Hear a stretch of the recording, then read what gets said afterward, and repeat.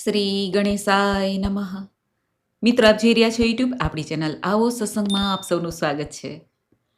મિત્રો, મહામાસના શુક્લ પક્ષની પંચમી એટલે વસંત પંચમી માં સરસ્વતી દેવીનો જન્મોત્સવ મનાવાય છે. આ દિવસ જ્ઞાન, વિદ્યા, સંગીતની દેવી, કલાની દેવી માતા સરસ્વતીજીને સમર્પિત છે. વણજોયું મુહૂર્ત કહેવાય છે. કોઈ પણ શુભ કાર્યનો આરંભ કરી શકાય છે. આ ઉપરાંત વિદ્યાર્થી છે, અધ્યાપકો છે, કલાકાર, સંગીતથી જોડાયેલા લોકો વિશેષ માતા સરસ્વતીજીની પૂજા ઉપાસના કરે છે.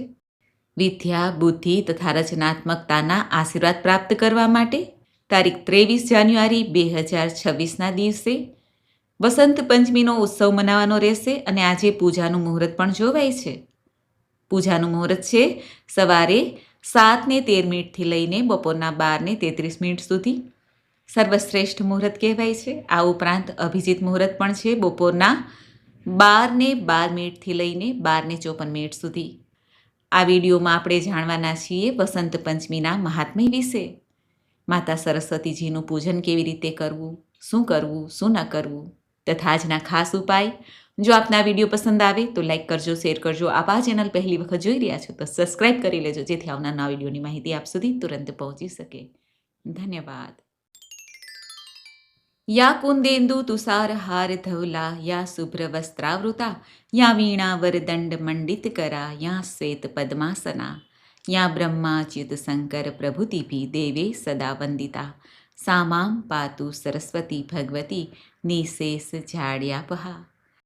જે માતા સરસ્વતી કુંદના પુષ્પ, ચંદ્રમા, બરફ, મોતીના હારની જેવા શ્વેત છે, જે શ્વેત વસ્ત્ર ધારણ કરેલા છે, જેમના હાથમાં વીણા સુશોભિત છે, જે શ્વેત કમળ ઉપર બિરાજમાન છે તથા બ્રહ્મા, વિષ્ણુ અને શિવજી આદિ દેવતાઓ દ્વારા પૂજિત છે, વંદિત છે, જેઓ સંપૂર્ણ જડતા અને અજ્ઞાનને દૂર કરવામાં સમર્થ છે, તેવા દેવી સરસ્વતીજી મારી રક્ષા કરો.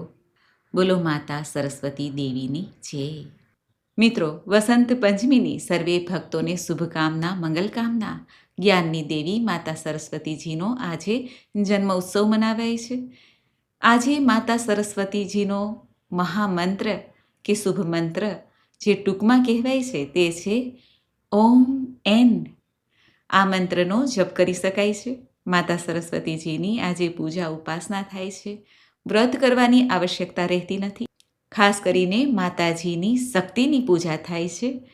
માં જ્ઞાન, વિદ્યા, શ્રી, ધન, વૈભવ, આરોગ્ય, સૌભાગ્યની દેવી મનાય છે. ગાયત્રી રૂપમાં પણ માતાજીની પૂજા ઉપાસના થાય છે.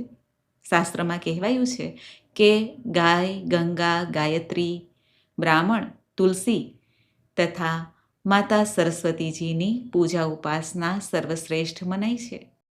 અને એવું પણ કહેવાય છે કે આજે માતા સરસ્વતીજીની પૂજા ઉપાસના કરવાથી અજ્ઞાનના અંધકાર, જડતા દૂર થાય છે. માતા સરસ્વતીજીને પ્રિય એવો આ વસંત પંચમીનો દિવસ છે, જે વર્ષમાં એક જ વખત આવે છે. આજે માતા સરસ્વતીજીનું સ્મરણ કરવું, ભક્તિ ભાવથી માતાજીને પ્રાર્થના કરાય છે કે જેથી આપણું જન્મ મૃત્યુ સાર્થક થાય. કેવી રીતે? તો આપણી અંદર જે અજ્ઞાન છે, મોહ, માયા, અહંકાર આદિ જે દુર્ગુણ છે, તેનો નાશ પણ માતાજીની ઉપાસનાથી થાય છે, જેથી જીવન મૃત્યુ તરી શકાય છે. અંતે મોક્ષ પ્રાપ્ત થાય છે. કારણ કે અજ્ઞાનના અંધકારને કારણે જ આપણે ભટકીએ છીએ. ખાસ કરીને મનુષ્યને આ વાત લાગુ પડે છે, કર્મનો સિદ્ધાંત લાગુ પડે છે. આપણી બુદ્ધિ જો સન્માર્ગે રહેશે તો આપણે કર્મ પણ સારા જ કરીશું અને જીવન પણ સારું જ જીવીશું. કારણ કે અહીં જે જન્મ લે છે તેનું મૃત્યુ નિશ્ચિત છે. જે કંઈ આપણે કર્મ કરીએ છીએ તે આપણી સાથે આવે છે, બાકીનું બધું અહીંનું અહીં જ રહી જાય છે. માટે જ કર્મની શુદ્ધતા માટે પણ આજે માતા સરસ્વતીજીની પૂજા ઉપાસના થાય છે. ભગવાન શિવ અને પાર્વતીના વિવાહની શરૂઆતની વિધિ જે થાય છે તે આજથી જ થઈ હતી. એવું પણ કહેવાય છે કે આજે ગૃહ પ્રવેશ, નોકરી, વ્યવસાયનો આરંભ કરવો, ભૂમિ પૂજન, વાહન ખરીદવું, આભૂષણ ખરીદવા વગેરે શુભ મનાય છે. ધાર્મિક માન્યતા અનુસાર ભગવાન શ્રી કૃષ્ણએ પિતાંબર ધારણ કરીને સરસ્વતી માતાજીની આજના દિવસે પૂજા કરી હતી. ગુરુગ્રહનો રંગ પણ પીળો જ છે, જે જ્ઞાન, ધન, શુભતા, સૌભાગ્ય આપનાર છે. માટે આજે પીળા રંગનો ઉપયોગ વધુ થાય છે. માતાજીની પૂજામાં છે ભક્તો પીળા રંગના વસ્ત્રો પહેરે છે. સફેદ રંગ, પીળો રંગ તે સાત્વિક રંગ કહેવાય છે, જે સમૃદ્ધિનું પ્રતીક છે. માટે આજે પૂજામાં ખાસ આપણે પીળા રંગના પુષ્પ છે, પીળા રંગનો પ્રસાદ છે, પેંડા છે, કેળા છે, પીળા રંગની શુદ્ધતાથી બનાવેલી કોઈ પણ મીઠાઈ માતાજીને ભોગ ધરીએ છીએ. જેમ દીવાની જ્યોત પીળાશ પડતી જ હોય છે, ઉપરથી બ્લુ થઈ જાય છે, એવી જ રીતે આ જ્ઞાન અર્જિત કરવા માટે આપણે પીળા રંગનો ઉપયોગ વધુ કરીએ છીએ. આ પીળો રંગ સ્નાયુ તંત્રની સંતુલિતતા બનાવીને રાખે છે. મસ્તિષ્કના જે સક્રિયતા હોય છે, માનસિક સ્વાસ્થ્યને મજબૂત બનાવે છે, મદદગાર થાય છે. પીળો રંગ તે જોશ, ઉર્જા, ઉત્સાહ, ખુશી, સકારાત્મકતાનું પણ પ્રતીક મનાય છે. કેસરિયો પીળો રંગ છે તે સૂર્યનારાયણ દેવને પણ સમર્પિત છે. આપણે સૂર્યનારાયણના દર્શન કરીએ ત્યારે જ્યારે સૂર્ય ઉદય થાય છે ત્યારે સહેજ કેસરી રંગ દેખાય છે, પછી ધીરે ધીરે પીળો રંગ થાય છે. એમ સૂર્યનારાયણ દેવ કે જે પરમ પ્રકાશમય દિવ્ય સ્વરૂપ છે, તેનો જે રંગ છે તે આપણે ધારણ આજે કરીએ છીએ. મંગલ અને દેવગુરુ બૃહસ્પતિના ગ્રહોનો કારક પણ છે. માટે આપણે આજે જીવનમાં પરમ પ્રકાશ ફેલાવવા માટે, જ્ઞાન અર્જિત કરવા માટે પીળા રંગનો ઉપયોગ વધુ કરીશું માની પૂજા કરતી વખતે. અને આજથી વસંત ઋતુનો પ્રારંભ પણ થાય છે. કામદેવની પૂજા શરૂ થશે. મહા મહિનામાંથી આ વસંત પંચમીનો ઉત્સવ જ્યારે શરૂ થાય છે ત્યારે શીત ઋતુ સમાપ્ત થાય છે, વસંત ઋતુનો આરંભ થાય છે. પછી ધીરે ધીરે ઉનાળો આવશે, ઉર્જાનો સંચાર થશે, ખેતરોમાં સરસવના ફૂલ ખીલશે. પૌરાણિક કથા અનુસાર વસંત પંચમીના દિવસે કામદેવે પોતાની પત્ની સહિત જઈને શિવજી ત્યાં તપસ્યા કરતા હતા. શિવજીની તપસ્યા ભંગ કરવાનો પ્રયાસ કર્યો હતો. પ્રેમ અને સૌંદર્યનો ઉત્સવના રૂપમાં એટલા માટે પણ આજે મનાવાય છે વસંત પંચમી. આજથી પ્રકૃતિમાં પણ નવીન સંચાર થાય છે. વૃક્ષો લતાઓમાં નવીન પુષ્પ ખીલે છે. પ્રકૃતિ બદલાઈ જાય છે. પ્રકૃતિ પણ જાણે કે ઉત્સવ મનાવે છે. મોસમમાં પણ અલગ જ બદલાવ જોવા મળશે. સુગંધિત વાતાવરણ થશે, કારણ કે પુષ્પો ખીલવાના છે. વૃક્ષોમાં પણ નવી ડાળીઓ આવશે. ગુલાબી ઠંડીનું વાતાવરણ આનંદમય બની જાય છે. કેવલ મનુષ્ય જ નહીં, પરંતુ પશુ પક્ષી પણ નવીન ઉર્જા સંચારનો અનુભવ કરી શકે છે. હવે જાણી લઈએ વસંત પંચમીની પૂજા વિધિ. વસંત પંચમીના દિવસે સવારે વહેલા ઉઠીને સ્નાનાદિથી પરવારીને શુદ્ધ વસ્ત્ર ધારણ કરવા. પીળા અથવા સફેદ વસ્ત્ર ધારણ કરી શકાય તો ઉત્તમ છે. ત્યારબાદ આપણા પૂજા રૂમમાં આવીને પૂજા રૂમની સાફ સફાઈ કરવી જોઈએ. માતાજીનું જે આપણું મંદિર છે, જેમાં આપણા ઈષ્ટ દેવતા દેવીઓ બિરાજમાન છે, તેની સાફ સફાઈ કરી લેવી. આખા ઘરમાં ગંગાજળનો છંટકાવ કરી શકાય છે. મેઇન દરવાજા ઉપર સાફ સફાઈ કરીને રંગોળી કરવી, દીપદાન કરવું. આપણા ઈષ્ટ દેવતા દેવીની પૂજા વિધિ સંપન્ન થાય પછી મા સરસ્વતીજીનું પૂજન કરી શકાય છે. પૂજન આપણે આપણા ઘરના મંદિરમાં પણ કરી શકીએ છીએ. સાદી સરળ રીતે માની મૂર્તિ, ફોટો સ્થાપિત કરીને અને અલગ બાજોટ ઢાળીને પણ કરી શકીએ છીએ. પૂર્વ દિશા તરફ એક બાજોટ પાથરવું. પોતાનું મુખ એટલે કે પૂજા કરનારનું મુખ પૂર્વ તરફ રહે એ રીતે બેસવું. બાજોટ ઉપર પીળા રંગનું વસ્ત્ર પાથરવું, સફેદ હોય તો પણ ચાલે. ત્યારબાદ અનાજની ઢગલી કરીને, ખાસ કરીને ચણાની દાળ છે, મગની દાળ છે, તેની ઢગલી કરીને માનો ફોટો, મૂર્તિ સ્થાપિત કરવા. કુંભ સ્થાપન પણ કરી શકાય છે. કુંભ સ્થાપન આપણને આવડે જ છે કેવી રીતે કરવું. આપણે નવરાત્રિમાં પણ કુંભ સ્થાપન કરીએ છીએ અને ખાસ વાર તહેવારોમાં પણ એ રીતે કુંભ સ્થાપન પણ કરી શકાય છે.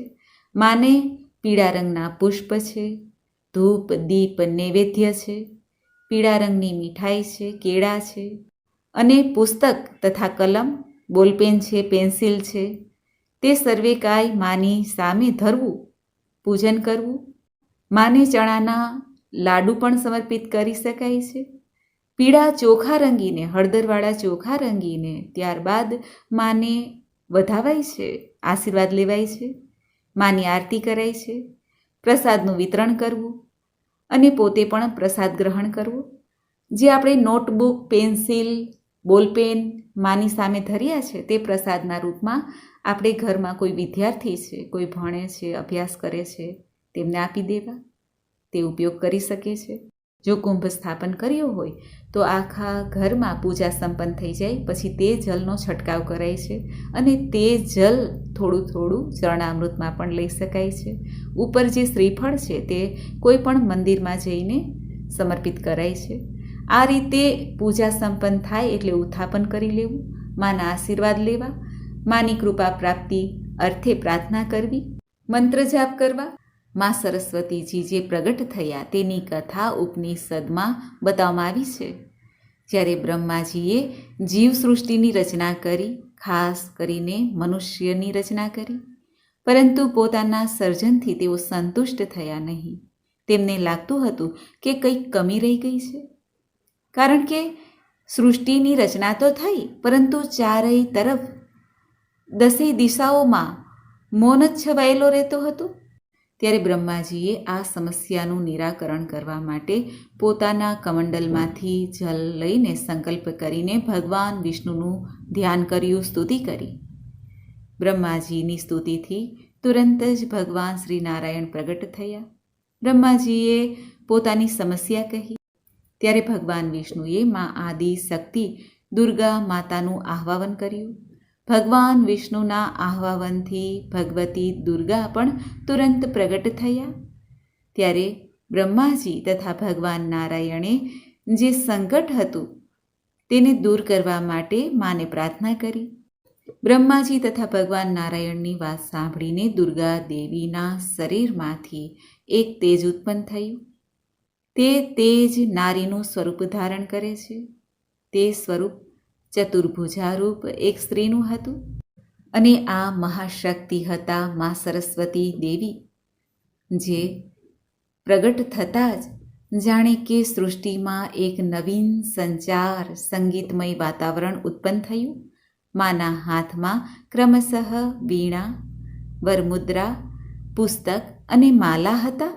આદિશક્તિ દુર્ગાના શરીરમાંથી ઉત્પન્ન થયેલ દેવી વીણાના મધુર નાદથી આ સંસારના તમામ જીવજંતુ પ્રાણીઓને રસમય બનાવવા લાગ્યા. જલધારામાં કોલાહલ વ્યાપ્ત થયો. પવન પણ ચાલે તો સરસરાહટનો અવાજ આવવા લાગ્યો. માના વીણા વાદન થતાં જ દેવતાઓને પણ શબ્દ રસનો સંચાર થવા લાગ્યો. મનુષ્યમાં પણ વાણીનો સંચાર થયો. પશુ પક્ષી આદિ પણ પોતાની વાણીથી આ સૃષ્ટિને ભરવા લાગ્યા. માતા દેવી મહાશક્તિ સરસ્વતીજી પ્રગટ થયા ત્યારે આખી સૃષ્ટિમાં જે સુમધુર અવાજ ઉત્પન્ન થયો, ઓમકારનો નાદ ગુંજી રહ્યો, ત્યારે સર્વે દેવી દેવતા માની પ્રસન્નતા માટે ફૂલોથી વધાવા લાગ્યા. માનું નામ વાણીની અધિષ્ઠાત્રી દેવી સરસ્વતીના રૂપમાં ઉચ્ચારણ થવા લાગ્યું. ત્યારબાદ આદિશક્તિ માં ભગવતી દુર્ગા દેવી બ્રહ્માજીને કહે છે કે હે બ્રહ્માજી, મારા તેજમાંથી આ દેવી પ્રગટ થયા છે, માટે તમે તેને ધારણ કરો. જેવી રીતે ભગવાન વિષ્ણુના શક્તિ શ્રી લક્ષ્મી દેવી છે, શિવના શક્તિ પાર્વતી દેવી છે, એ જ પ્રકારે આપની શક્તિ એટલે કે બ્રહ્માજીની શક્તિ સરસ્વતી દેવી બને. આમ કહીને આદિ શક્તિ અંતર્ધ્યાન થઈ ગયા.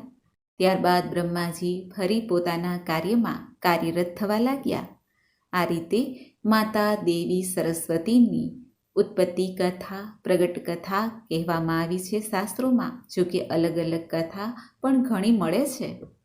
મા સરસ્વતી જ સંગીત, કલા, વાણી, માતૃત્વ, આધ્યાત્મિકતા, વિદ્યા, જ્ઞાન, ગ્રંથ, મંત્ર, તંત્ર, વિદ્યા અને જે નદી છે જે આપણે માતા કહીને જેમને બોલાવીએ છીએ, ચાહે ગંગાજી, યમુનાજી, એવી જ રીતે સરસ્વતી નદી પણ છે. તેના અધિષ્ઠાત્રી દેવી મા સરસ્વતીજી છે. માના અનેક નામો છે, જેમાં બ્રહ્માણી, ગાયત્રી, દુર્ગા, બ્રહ્મપત્ની, વિધિપ્રિયા, શક્તિ, બાગેશ્વરી, વાણીશ્વરી, બુદ્ધિદાત્રી, સિદ્ધિદાત્રી, આદિ પરાશક્તિ, જગતજનની, ભારતી, શારદા, હંસવાહિની, ભગવતી, સાવિત્રી, બ્રહ્મચારિણી, વરદાયિની, ચંદ્રઘંટા, ભુવનેશ્વરી, ભગવતી, જગદંબા તથા આ ઉપરાંત પણ અગણિત માના નામો છે. તેમાં ખાસ કરીને મા આદિ પરાશક્તિ, બ્રહ્માણી, ગાયત્રી, જગતજનની, આદિ દેવી અને માતંગી આ શક્તિના નામે વધુ પ્રખ્યાત છે, પૂજનીય છે. મા બ્રહ્મલોકના અધિષ્ઠાત્રી દેવી છે. માનો મંત્ર છે ઓમ એમ સરસ્વત્યે નમઃ. આ મંત્રનો આજે જપ કરાય છે અને નિત્ય પણ જપ કરી શકાય છે. માના અસ્ત્ર છે વેદ, વાણી, જપમાલા અને બ્રહ્માસ્ત્ર. મા સરસ્વતીનો ઉલ્લેખ ઘણા બધા શાસ્ત્રોમાં છે, જેમાં બ્રહ્મ વેતર્ત પુરાણ છે, સ્કંદ પુરાણ છે, ગણેશ પુરાણ છે, વિષ્ણુ પુરાણ, દેવી ભાગવત મહાપુરાણ, શિવ પુરાણ, કાલિકા પુરાણ, તંત્ર ચૂડામણી તથા અન્ય પણ જેવા ગ્રંથો, જેમાં કે રામાયણ, મહાભારત, વેદ, ઉપનિષદમાં પણ માનું સ્મરણ થઈ આવે છે. માના નામનો ઉલ્લેખ કરવામાં આવ્યો છે. માના ખાસ ત્યોહારમાં વસંત પંચમી, નવરાત્રિમાં પણ આપણે માતાની પૂજા આરાધના કરીએ છીએ. આ ઉપરાંત 7 વારમાં મા બુધવારના અધિષ્ઠાત્રી દેવી પણ મનાય છે. મા સરસ્વતીની પૂજા શ્રી ગણેશજી, લક્ષ્મી સાથે પણ થાય છે. મા સરસ્વતીજીની પૂજા બ્રહ્માજી સાથે પણ થાય છે. મા સરસ્વતીજીની પૂજા સૂર્ય ઉપાસના કરતી વખતે પણ થાય છે. એટલા માટે જ ગાયત્રી મંત્રનો જપ કરવાથી પણ માની કૃપા પ્રાપ્ત થાય છે. ઓમ ભૂર્ભુવસ્વઃ તત્સવિતુર્વરેણ્યમ ભર્ગો દેવસ્ય ધીમહિ ધિયો યો નઃ પ્રચોદયાત. જેમાં આપણી બુદ્ધિને તેજોમય કરવાની હોય, મન, વચન, કર્મથી, તન, મન, ધનથી પવિત્રતા પ્રાપ્ત કરવી હોય, ત્યારે મા સરસ્વતીજીની ઉપાસના થાય છે. ભગવાન શિવજીનું જે નટરાજ સ્વરૂપના આપણે દર્શન કરીએ છીએ, તેમાં પણ માતા સરસ્વતીજીના જ દર્શન થાય છે, પૂજન આપણે કરીએ છીએ. કારણ કે નટરાજ એટલે કે નૃત્ય કરતા ભગવાન શિવજી તે સરસ્વતીજીની જ ઉપાસના થઈ જાય છે. ઘણી જગ્યાએ એવું પણ જોવા મળે છે કે બ્રહ્માજીના મુખમાંથી સરસ્વતીજીની ઉત્પત્તિ થઈ. મુખમાંથી એટલે કે જે આપણે વાણીનું ઉચ્ચારણ કરીએ છીએ તે જ માં સરસ્વતી છે. માટે જ્યારે બ્રહ્માજીએ શબ્દોચ્ચાર કર્યો સૃષ્ટિની રચના કરતી વખતે, ત્યારે દેવી સરસ્વતીજીનો જન્મ પણ થયો. આમ અલગ અલગ માન્યતા દેવી સરસ્વતીજીના જન્મ વિશે કહેવામાં આવી છે. કહેવાય છે કે જ્યારે જ્યારે ભગવાન શ્રી કૃષ્ણ વાંસળી વગાડતા હતા, ત્યારે મા સરસ્વતી પણ ત્યાં બિરાજિત રહેતા હતા. એટલા માટે જ આપણે જ્યારે સંગીત માણીએ છીએ, કલાકારને જોઈએ છીએ, તેની કલાનું નિરીક્ષણ કરીએ છીએ, ત્યારે આપણે મોહિત થાય છીએ. તેનું કારણ શું છે? મહામાયા જોગમાયા જ મા સરસ્વતી દેવી આપણને મોહિત કરે છે. મા સરસ્વતીજીના સ્વરૂપનું આપણે દર્શન કરીએ તો મા શ્વેતવર્ણના સુંદરી છે અને માના મસ્તક ઉપર સુંદર મુકુટ છે, જે બતાવે છે કે માની જે ઉપાસના કરે છે તેને સત્તા, શક્તિ, પ્રતિષ્ઠા પ્રાપ્ત થાય છે. મા હંસવાહિની છે. હંસ તે જ્ઞાનનું સ્વરૂપ છે, સામર્થ્યનું સ્વરૂપ છે. માની જે પૂજા અર્ચના કરે છે તે દરેક ક્ષેત્રમાં સામર્થ્ય પ્રાપ્ત કરે છે. માના 4 હસ્તમાં ક્રમશઃ જે વીણા, પુસ્તક, માલા છે તે આપણને જ્ઞાનનું પ્રતીક કરાવે છે. માની જે પૂજા આરાધના કરે છે તે જ્ઞાન પ્રાપ્ત અવશ્ય કરી શકે છે. મા વીણા, વેદગ્રંથ અને સ્ફટિકની જે માલા ધારણ કરેલી છે, તેની પણ આપણે જ્યારે વિદ્યાર્થી, નાના બાળકો જ્યારે પહેલી વખત સ્કૂલે જાય છે, ત્યારે મા સરસ્વતીની આપણે ઉપાસના કરાવીએ છીએ, દર્શન કરાવીએ છીએ, જેથી શૈક્ષણિક કાર્યમાં તે ઉન્નતિ પ્રાપ્ત કરે. માં કમલ પુષ્પ ઉપર બિરાજમાન છે તે બતાવે છે કે માં સૌમ્ય સ્વરૂપા છે, આનંદ સ્વરૂપા છે. કમલ પુષ્પ તે પુષ્પોના રાજા છે, માટે માની જે ઉપાસના કરે છે તે રાજા સમાન સુખ ભોગવે છે. કહેવાય છે કે મહાકવિ કાલિદાસ મંદ બુદ્ધિના હતા. માં સરસ્વતીજીની ઉપાસના કરીને તેઓ ઉચ્ચ કોટીના વિદ્વાન બન્યા. આવા તો કેટલાય દાખલા આપણને જોવા મળે છે. માં સરસ્વતીજીની ઉપાસના કરવાથી ચિત્તમાં એકાગ્રતા આવે છે, ચંચલતા દૂર થાય છે, અસ્વસ્થતા દૂર થાય છે. માં સરસ્વતીની સાધના કરવાથી મસ્તિષ્ક તંત્ર સંબંધિત કે અનિદ્રા હોય, મસ્તકમાં દર્દ હોય, તણાવ હોય, જુકામ આદિ રોગો પણ નાશ પામે છે. માં સરસ્વતીજીની ગાયત્રી રૂપમાં ઉપાસના કરવાથી બુદ્ધિ સન્માર્ગે વળે છે. માની કૃપા જ્યાં ન હોય ત્યાં કલ્પના શક્તિમાં કમી આવે છે. સમય પર ઉચિત આપણે નિર્ણય લઈ શકતા નથી. વિસ્મૃતિ થઈ જાય છે, યાદ શક્તિ કમજોર થઈ જાય છે, પ્રમાદ એટલે કે આળસ થાય છે, અને દીર્ઘસૂત્રતા એટલે કે આજનું કામ કાલે, કાલનું કામ ત્યાર પછીના દિવસે છોડવું તેને દીર્ઘસૂત્રતા કહે છે. આ રીતે વર્તન થવા લાગે છે, અરુચિ થાય છે, સ્વાસ્થ્ય નબળું પડે છે, માનસિક શારીરિક કષ્ટ બન્યું રહે છે, અસમર્થતા જેવું ફિલિંગ થાય છે અને મૂર્ખતાપણું પણ ભાસે છે. ત્યારે સમજવું કે માની અવકૃપા છે. માની કૃપા પ્રાપ્ત કરવા માટે આજના દિવસે સરસ્વતી ઉપાસના કરવી જોઈએ. આ જ આધ્યાત્મિક ઉપચાર છે. મહાશક્તિ ગાયત્રી મંત્ર ઉપાસના અંતર્ગત મહત્વપૂર્ણ ધારા માં સરસ્વતીજીને જ મનાય છે. સંધ્યા વંદનમાં પ્રાતઃ સાવિત્રી દેવી, મધ્યાહન સમયે માં ગાયત્રી અને સાયંકાળે માં સરસ્વતીનું ધ્યાન કરાય છે. ત્રિકાલ સંધ્યા જેને કહેવાય છે. આ રીતે માની ઉપાસના દિવસ દરમિયાન કરવાથી વિદ્યાની પ્રાપ્તિ થાય છે. મિત્રો, મને આશા છે કે આપને આ વિડીયો જરૂર પસંદ આવ્યો હશે.